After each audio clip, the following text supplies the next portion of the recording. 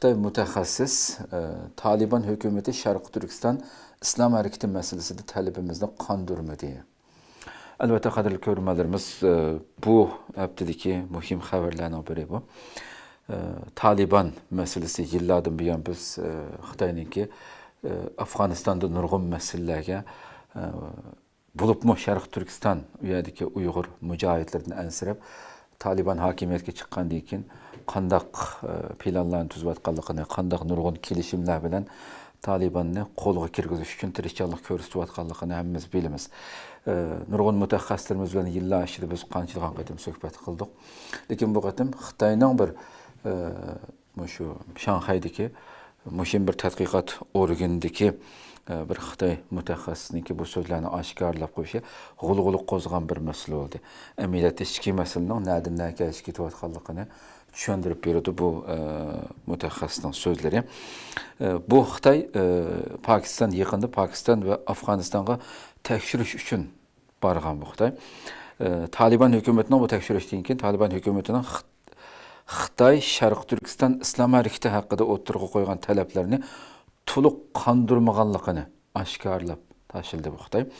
Shanxay Xalqaro munosabat instituti Janubiy Osiyo tadqiqot markazining mudiri Liu Zongyi degan bu Xitoy bu yilning 5-ida Afg'oniston va Pokistonga tekshirishga borgan bo'lib, bir necha kun burun Xitoydagi kuzatuvchi to'rining ziyoratini qabul qilgan.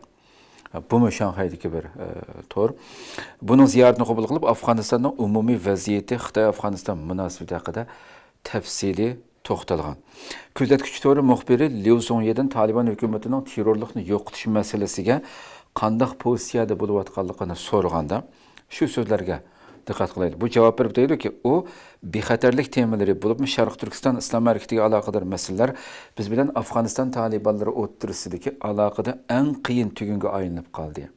Yani biz deyotganda Xitoy rejimini, yani Xitoy rejim bilan Afg'oniston Taliban hakimiyeti o'tirisidagi eng qiyin tugunga aylanib qoldi degan shaklda javob bergan.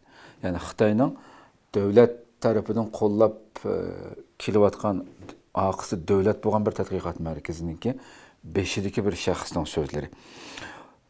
Deydi-ki, o so'zda yana ular Sharq Turkiston islom harakati tashkilotining navbatda butunlay o'zlarining kontrolligida ekanligini ishonch bilan aytgan bo'lsa-mu, ya'ni Talibanlar bundoq degan bo'lsa-mu, ammo Xitoy tarafining munosabatli talablarini to'liq qondirishni xohlamaydiganligini aniq ifodaladi degan shaklda. Yani Talibanning bundoq ifodalayotganligini so'zlariga ilova qilib bu shaklda so'z qildi. U buning sabablari haqida to'xtalib, tarixiy jihatdan aytganda Sharq Turkiston islom harakatidagi nurg'un a'zolar ilgari Talibanlar bilan mo'riga tirab jang qilg'achqa sabtashliq mehri bor ekanligini ularning orasida diniy jihatdan aytganda ikki tarafning o'xshashli islom diniga e'tiqod qiladiganligini, an'ana jihatdan aytganda pushtularning qabila an'anasiga asosan ularning panohlik tilaguvchilarini topshirib berish emas, balki qo'g'dash majburiyati borligini, ijtimoiy jihatdan aytganda ular bilan yerlik afg'onlar o'tirisida quduliq qatorliq ijtimoiy aloqalarning mavjud ekanligini bildirgan. Albatta bu so'zlar bu xili Ravurs tadqiq qilganligini tushuntirdi bu Xitoydagi bu rayondagi butun masalalarni. Hammamiz bilamiz, o'z vaqtida Amerika Bin Laden talab qilgan vaqtida Afg'onistondan shu bir shaxsni topshirib bermaslik uchun qanchalik zo'r badal to'laganligini keyingi yillarda hammamiz bilamiz. Yani pushtularninki qabila an'anasini bu yerda jiddiy shaklda tilga olgan. Ularning an'anasida, ularning nimasida asla bundaq birisini qaytirib berish yo'q degan shaklda. Liu Zongyi yana deydi-ki, navbatda Sharq Turkiston islom harakatining Taliban hukumatiga sodiq bo'ladiganligi haqida qasam berganligini hamda hukumatning bir qism rayonlarning tartibini saqlashiga yordamlashayotganligini, bu real vaziyat aloqador diplomatik masalalarni texmi murakkablashtirayotganligini ta'kidlagan so'zda. Uning aytishicha, Afg'oniston tashqi ishlar ministrligining Xitoy ishlariga mas'ul bir amaldori ularni ayblab, ya'ni Xitoyni ayblab qilgan so'zini deyapti bu yerda. Xitoyning o'tgan 5 yilda Afg'onistonga bergan pulining Amerika bilan Yevropa ittifoqi Afg'onistonga 1 yilda bergan pulining parcha qismiga yetmaydiganligini aytganligini deydi. Yani sen nima ish qilsanki bizga buni deb talab qo'ysa. Ammo Xitoy vakillari bo'lsa, u Taliban qanday javob qilgan?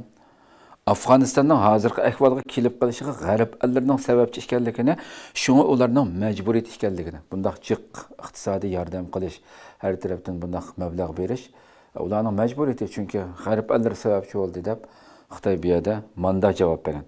Xitoyning bo'lsa faqat insonparvarlik nuqtasidan yordam qilayotganligini da'vo qilishgan. İnsanparvarlikka kimni aldamoqchisan yani? Asli maqsading nima? Jinning qasdi kimda asli? Jinning qasdi nada? Buni bilmaydigan inson bormi? Mazkur Xitoy mutaxassisining bayonlari navbatdagi Xitoy Afg'oniston munosabatini kelgusi yo'nalishini ma'lum darajada yo'ritib bergan bo'lib, xususan Sharq Turkiston islom harakatiga aloqador bayonlari axborot organlarining, analizchilarining kuchlik diqqatini qo'zg'agan mas'luf qoldi.